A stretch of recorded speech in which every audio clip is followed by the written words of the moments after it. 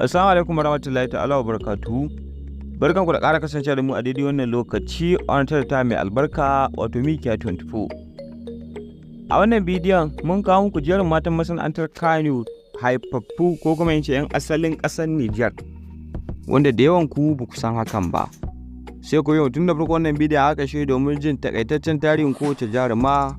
da kuma jihar da aka haife ta a jamhuriyar ta Niger. Amma kafin shiga cikin bidiyon kai tsaye kar ka manta idan na farkon zuwan ka wannan ta mai albarka ka dinga subscribe, sannan ka danna alamar ƙararrawa domin sai da kai za mu ɗora sabon bidiyo, sannan kar ka manta ka taɓa like akan wannan bidiyon namu. Mun gode. Jaruma ta farko za mu fara da ita a cikin wannan bidiyon namu ita ce wato Aisha Yusuf Jolina. Aisha Yusuf Jolina ta ɗaya daga cikin fitattun wato matan masana'antar Kano wanda suke haifaffun ƙasar Niger,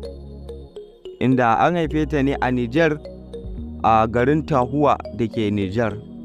inda ta shigo cikin masana'antar Kano wajen shekara ta 2022 zuwa shekara ta 2023, kuma tana da shekaru 25 a yanzu haka. Ta ɗaya daga cikin jarumai mata kyawawa da ake ji da su a halin yanzu a cikin masana'antar, kuma da yawan mutane ba su san cewa 'yar jamhuriyar Niger ba ce. Ta fito a fina-finai masana'antar Kano da dama, musamman fina-finai masu dogon zango da ake yi a yanzu. Sannan kuma ta yi waƙoƙi da dama kamar irin waƙar Umar ɗan Sharbe suna zaɓin raina, inda ta fito a cikin bidiyon tare da fitaccen jarumi wato Salisu S Fulani. Sannan kuma hallo da ta kuma fitowa a cikin wata waƙar Auta MDO mai suna Na Daina So. Sannan ta sanya fitowa a cikin wata waƙar Umar MB mai suna Tauraruwata, da dai sauran wato waƙoƙi da dama na cikin masana'antar Kano inda ta fito ta rausaya kuma ta yi rawar gani a cikin waƙoƙin, inda wannan tabbas ya kuma ja mata ɗaukaka ƙwarai da gaske. To ita ma dai ta ɗaya daga cikin matan Niger wanda suke kyawawa, kuma dai mutane sun ɗauka 'yan Najeriya ce amma kuma a zahiri 'yan Niger ce. Sai jaruma ta gaba wato Diamond Zara. Diamond Zara dai kusan za a iya cewa kusan akan matan da suke cikin matan masana'antar Kano ta Niger kusan ta fi kowace jaruma shahara a halin yanzu, kuma ta fito a fina-finai da dama a cikin masana'antar ta kannywood. Da farko dai cikakken sunanta shine wato Zara'u Muhammad, amma musanta da Diamond Zara ko kuma Zara Diamond ko kuma Zara Buzuwa. An haife ta ita ma a jihar Tahuwa da ke Niger, kuma ta yi firamare duka a cikin jamhuriyar ta Niger din, kuma an haife ta ne a ranar 25 ga watan Maris na shekarar ta 1996,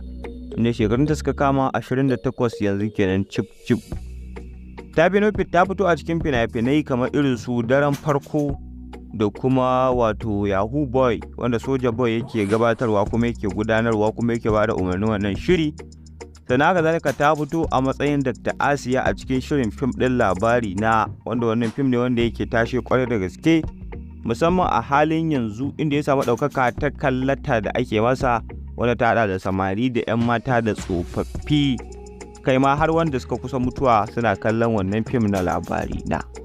inda ita ma ta ɗaya daga cikin jarumar tauraruwar take haska, kuma ita kusan kowa ya san cewa ina ce duba da yanayin hirarraki da aka yi da ita ta bayyana asalinta da kuma masu bibiyarta, wanda suna ganin duka abin da ke faruwa wato akan abubuwan da ya shafe ta da wato ƙasarta ta ainihi wato jamhuriyar ta Niger. Sai jaruma ta gaba wato Rakiya Musa da aka sani da Rakiya Musa Pussy. Ita ma dai cikakken sunanta shine wato Rakiya Musa, kuma ita ma haifaffiyar ƙasar Niger ce.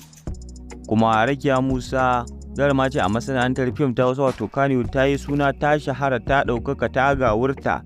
sannan ta muganta, ta yi fina-finai da dama a cikin masana'antar ta Kannywood.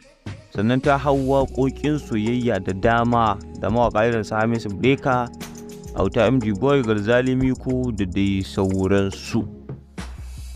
Kuma ta shigo cikin masana'antar ta Kano tun a shekara ta 2011 ta hanyar jarumi Adam A Zango, inda ta yi wani fim da Adam A Zango mai suna Aisha Umaira, inda kuma wato fim mai suna Daren Alkairi, wanda ta yi fina-finai da dama kamar irin su 'Yar Agadas Aisha Umaira, Daren Alkairi, Basaja, Yau da Gobe, Attajiri da kuma Garbati, inda a cikin wannan fim ɗin na wato Alalu mai suna Garbati, inda kusan zan iya cewa ma Rakiya Musa ita ce ta ja ragamar wannan fim, duba da yanayin gudunmawar da ta bayar na fitowa matsayin matar sarki Ali Nuhu. Da tabbas a cikin wannan fim har award aka bata, duba da yanayin rawar gani da kuma muhimmiyar rawa ta gani ta faɗa da ta bayar a cikin wannan shiri na Garbati. Sai wato jaruma ta gaba mai suna Momi Niger, inda halin yanzu ita Momi Niger tana ɗaya daga cikin jarumai wato haifaffun ƙasar Niger wanda suka shahara kuma suke ba da gudunmawa a cikin masana'antar ta kannywood, inda ita ma an haife ta ne a jamhuriyar ta Niger ɗin, kuma kusan kowa ya sani duba da yanayin sunanta na Momi Niger. Ita ma kusan za a iya cewa ta fi fitowa a cikin waƙoƙi da suke cikin masana'antar ta kannywood, inda ta fito a cikin wani fim mai suna wato 3x3, wanda fitaccen jarumi wato Musbahu aka Amfara yake shiryawa kuma yake ba da umarnin wannan shiri, ko kuma in ce ya fito a matsayin jarumin da yake jan ragamar wannan shiri. Ta yi waka kamar irin wakar 3x3 wadda Umar MB ya samu nasara da kuma Zarra rera ta,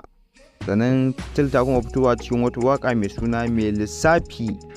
inda duka dai wannan waka tana ɗaya daga cikin waƙoƙi da wato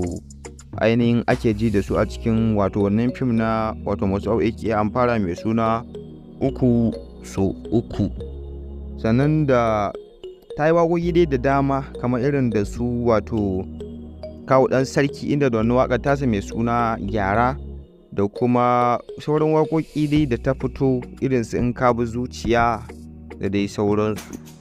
inda ita ma tana daga cikin mata 'yan jamhuriyar Nijar wanda suke ba da gudunmawa a cikin masana'antar ta kannywood. Sai jaruma ta gaba wato ta ƙarshe mai suna Masa'uda 'yar Agadas, ko kuma in ce Masa'uda mace mai kamar maza, inda ana mata wannan lakabi ne a cikin masana'antar ta kannywood duba da yanayin kusan za a iya cewa komai da ruwanta, inda kamar da ta bayyana cewa ta taɓa yin waƙa, sannan kuma tana ba da umarni, kuma tana shirya fina-finai, sannan kuma 'yan rawa ce, ko kuma in ce mai koyar da rawa, sannan kuma kazalika ta wato jaragamar fim, ko kuma in ce ta taka rawa a matsayin jaruma a cikin fina-finai, inda kamar da ta yi wani fim ɗinta mai suna Madafar Ƙauna, inda wannan fim ne na soyayya wanda ya yamutsa hazo, kuma wato aka yi amfani da ƙwaƙwalwa wajen sarrafa wannan fim ɗin, inda akan wannan fim ɗin shine aka yi wato laƙabi da aka yi wa Masa'udiyar Agadar laƙabi da mace mai kamar maza. Daidai a kwanakin baya ta sha babban ƙalubale na suka daga ɓangarori da dama, musamman na malamai da kuma mutane masu kallon fina-finan Hausa, inda aka bayyana cewa ta girma, inda kusa a ƙesa za a iya cewa ta shekara wajen 40, amma sun ta fito tana girgiza, tana rangaji, tana rausaya a cikin waƙoƙi da kusan ƙannanta na wajen 5 ko na 10 ma a matsayin wasu ne samarinta a cikin fim, inda kusan za a iya cewa a halin yanzu wataƙila ma wannan abin ya bada gudunmawa wajen daina fito a cikin fina-finai a halin yanzu, inda wasu kuma suna alakanta hakan da tattalin arziki, inda wasu dai suna ganin cewa kuma kawai ta daina fina-finai. To shin wace jaruma ce ta burge ku a cikin wa'annan jarumai? Sai ku bayyana mana a comment section. Mun gode sosai da sosai, kar ka manta da subscribe da kuma like, sai ma da wani bidiyo daga baya.